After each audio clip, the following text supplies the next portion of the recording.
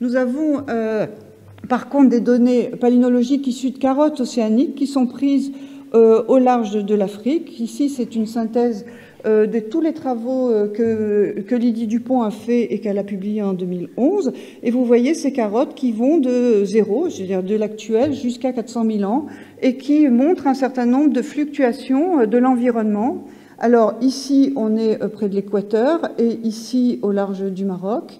Et vous voyez que malgré le fait que plus on va vers le nord, plus les plantes stépiques méditerranéennes sont bien représentées, vous avez toujours quelque chose de vert qui se promène ici, qui va et qui vient, et qui montre bien que toutes ces périodes, autour de 400 000 ans, ont été émaillées de phases plus humides, ici en vert clair, et plus sèche, ici en jaune. Et vous voyez que lorsque l'on s'approche du Sahel, eh bien, vous avez l'image d'arbres qui se sont développés pendant ces périodes, bien que dans ces secteurs qui ont toujours été plus ou moins sahélo-sahariens, les arbres ne soient pas extrêmement développés. Néanmoins, on voit bien aussi que, par contraste, il n'y a aucune de ces périodes qui ait vu la disparition complète de ces espaces humides.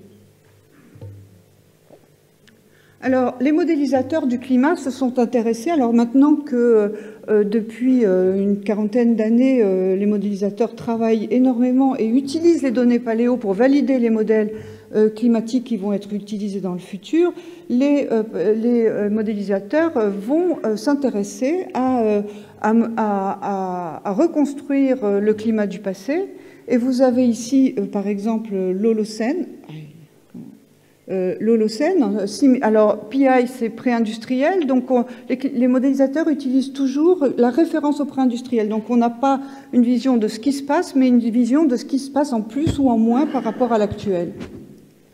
Donc vous avez en bleu ici les pluies de la mousson, toute la zone de pluie qui est liée au renforcement de la mousson atlantique ici en Afrique et de la mousson indienne.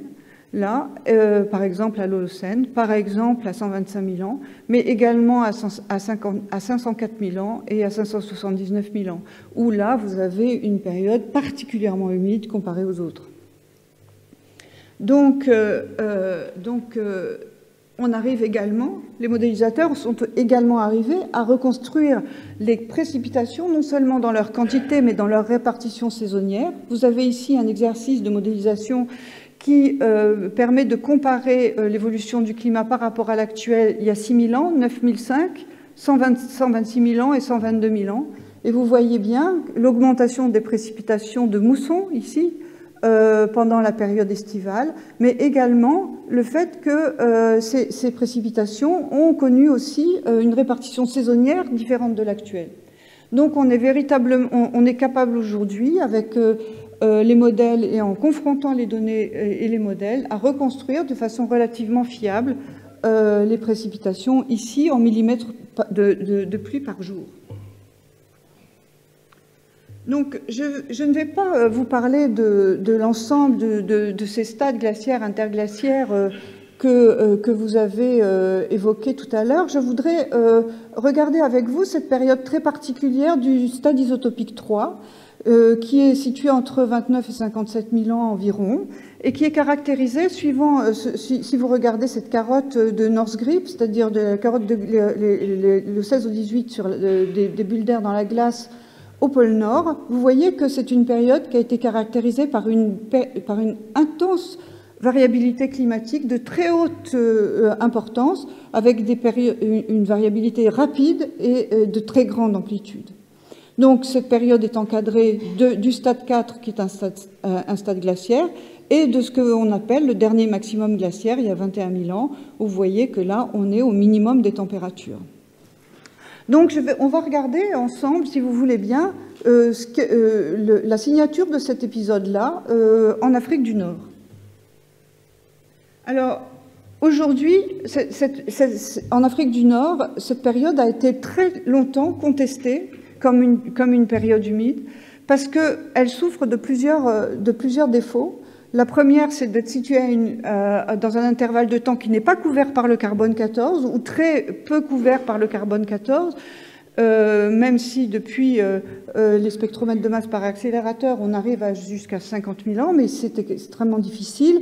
Et on utilise l'uranium-thorium sur les coquilles et on a vu ce matin aussi la thermoluminescence sur les espaces dunaire, mais ces deux dernières méthodes ont des barres d'erreur qui sont extrêmement importantes et qui ne permettent pas de regarder cette variabilité climatique. Le deuxième problème qui se pose, c'est que c'est une période immédiatement antérieure au dernier maximum glaciaire, donc qui a pu effacer un certain nombre de ces traces de paléolac ou de paléosol, etc. Donc, ce n'est que très récemment, enfin dans l'histoire des sciences, qu'on a pu collecter, et vous voyez que c'est principalement dans l'Afrique du Nord, en fait, que l'on a trouvé un certain nombre de ces sites qui sont des lacs, des paléosols, des rivières ou même des eaux souterraines, qui sont datés de cet intervalle de temps. Et il y a également des datations au lac Tchad et plus récemment dans la région de Nyungu au Mali. Alors, lorsqu'on regarde, vous avez ici la localisation de ces dates et vous voyez bien qu'il y en a qui ont des barres d'erreur qui sont extrêmement larges. Et le problème qui se pose, c'est qu'effectivement, quand on superpose cette variabilité ici climatique et les dates que l'on a, on est absolument incapable de reconstruire le climat général et l'environnement de ce qui s'est passé pendant cette période.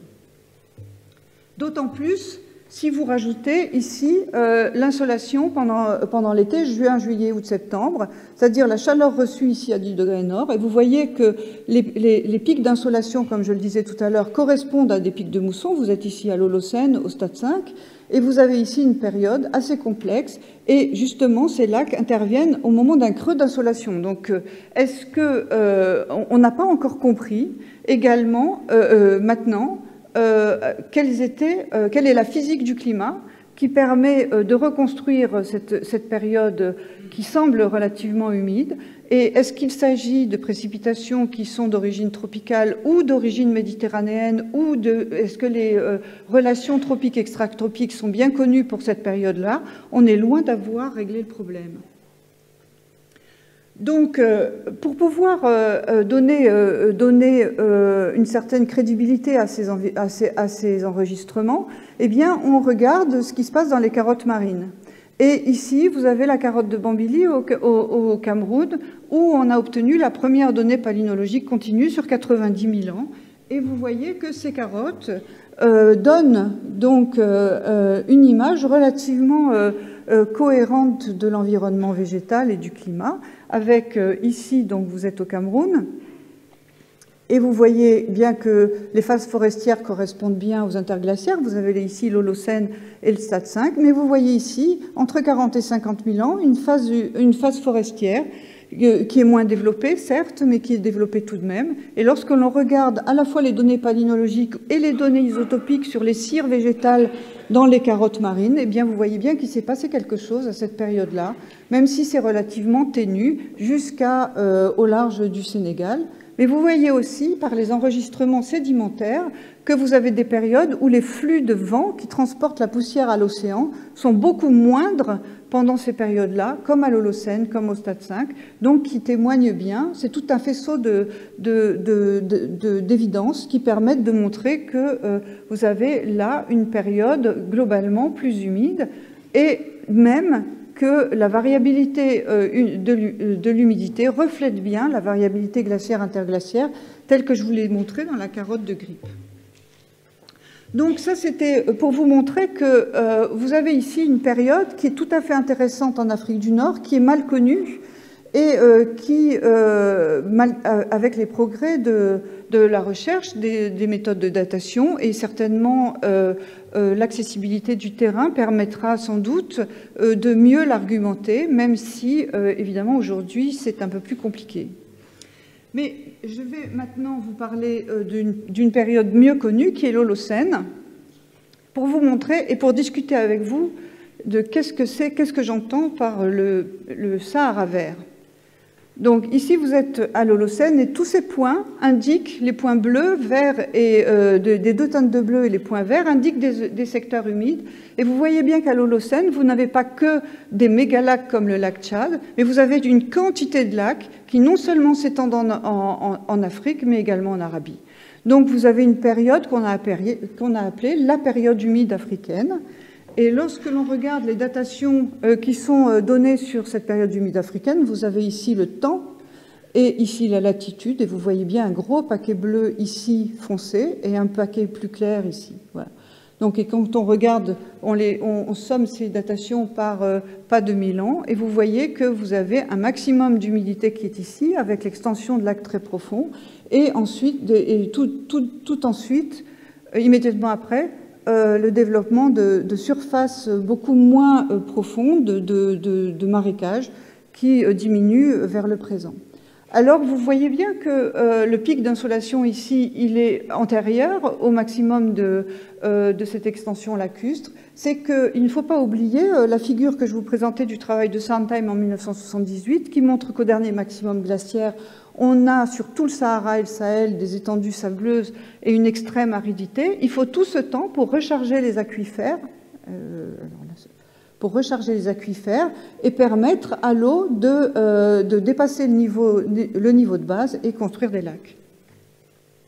Les données sont suffisamment nombreuses pour pouvoir être cartographiées, et ici nous avons utilisé des densités de probabilité, des fonctions de densité de probabilité, pour pouvoir essayer de comprendre l'évolution des systèmes hydrologiques au moment du Sahara vert.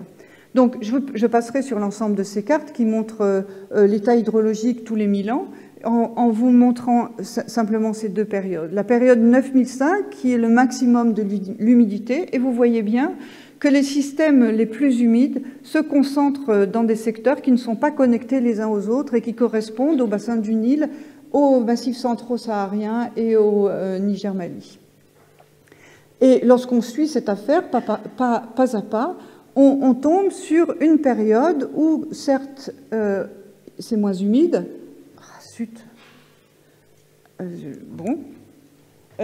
certes, c'est moins humide, mais la surface humide est reconstruite et continue.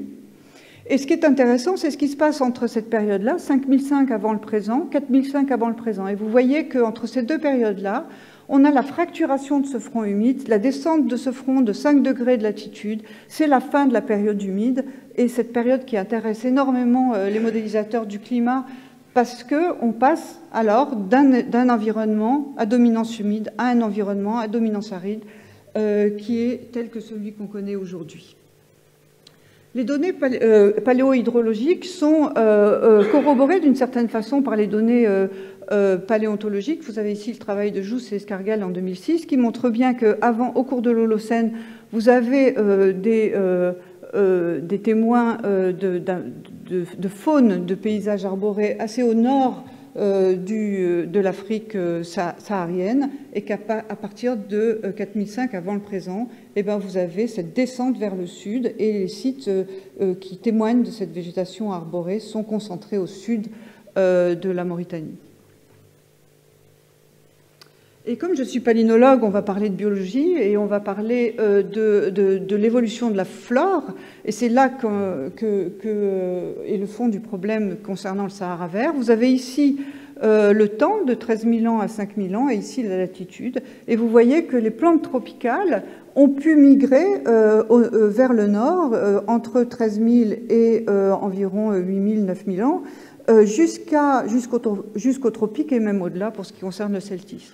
Ce qui est intéressant du point de vue... Alors ici, vous avez la répartition des plantes aujourd'hui, la répartition des plantes au cours de l'Holocène, avec trop peu de points pour dresser des cartes, mais vous avez ici le temps et ici la latitude. Et vous voyez bien qu'au cours de l'Holocène, toutes ces plantes tropicales se sont déplacées d'au moins 7 degrés de latitude par rapport à leur emplacement aujourd'hui, avec des patterns qui sont différents, puisque vous voyez qu'ici, il y a eu extension de la zone couverte par la plante, mais ici, simplement, déplacement total de cette zone par rapport à aujourd'hui.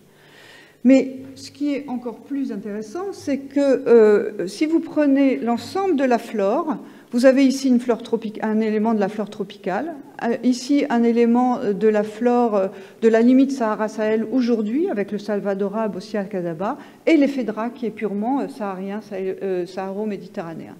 Vous voyez, et ça c'est la représentation actuelle. Vous avez ici la représentation Holocène en fonction du temps et de la latitude. Et vous voyez bien qu'à une certaine période de l'Holocène, ces plantes ont cohabité. Donc on a eu, au lieu d'avoir un changement biogéographique avec l'extension des zones humides vers le nord, et vous avez eu interpénétration d'écosystèmes qui sont aujourd'hui dans des zones totalement distinctes.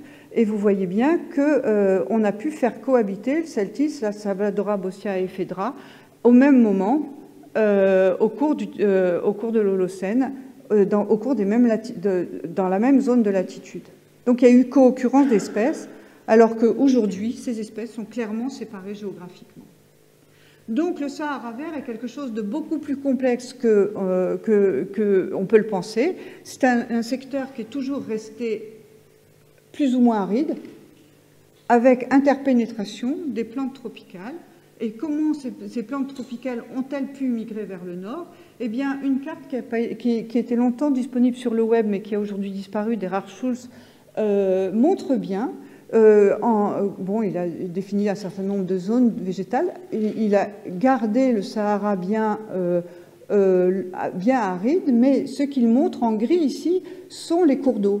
Et les cours d'eau ont joué le rôle de voie de migration pour les plantes depuis les zones les plus humides jusqu'au nord. Donc le rôle de ces cours d'eau dans la biologie du Sahara aujourd'hui, et du Sahara à l'Holocène a été absolument primordial.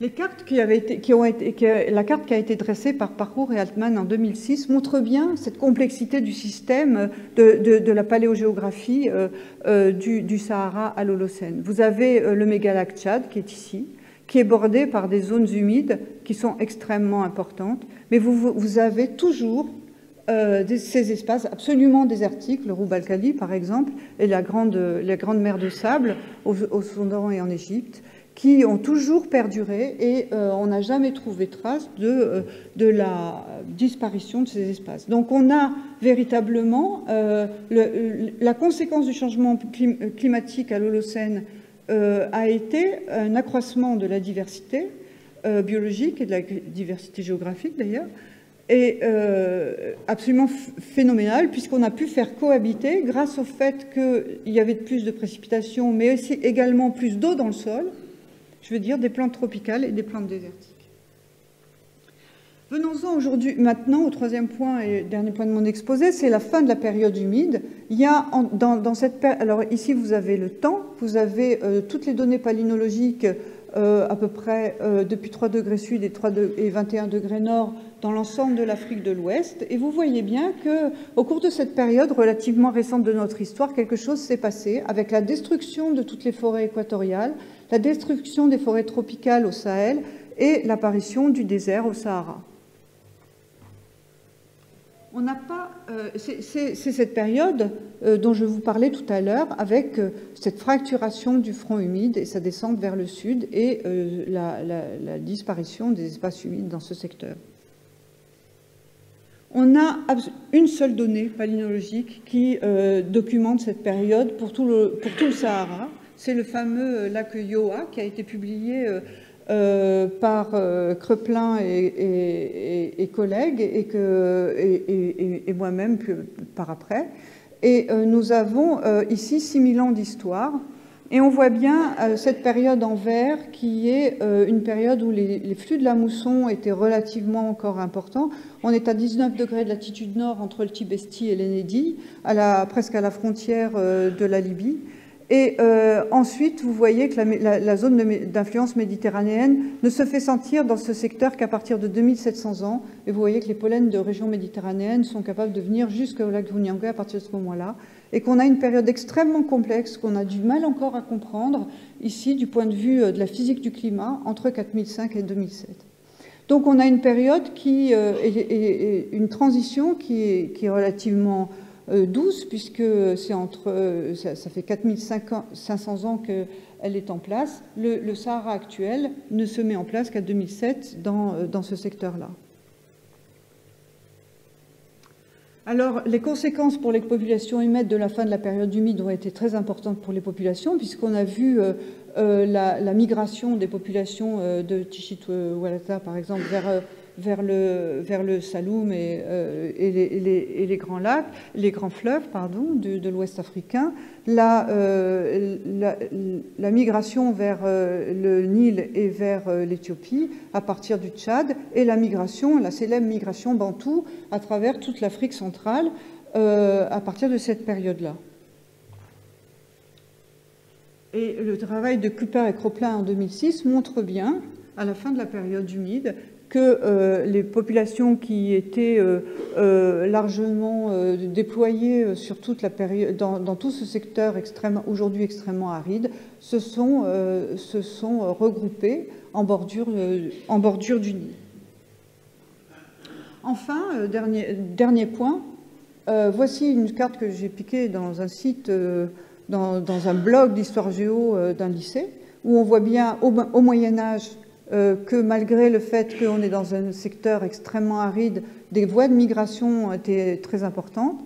J'ai ici reporté le lac Kiowa pour discuter en une slide le fait que dans un environnement extrêmement aride, les hommes se sont développés, ont été capables de s'arrêter, de développer une culture d'oasis à partir de 570, mais surtout de 1200, de l'année 1200 de notre ère, c'est-à-dire au Moyen-Âge, en liaison avec toute cette culture des Garamantes, par exemple, qui a été bien étudiée par Mercury et al. En 2009, que ce soit au Wadi al-Ajal ou dans le Wadi Tanezouft.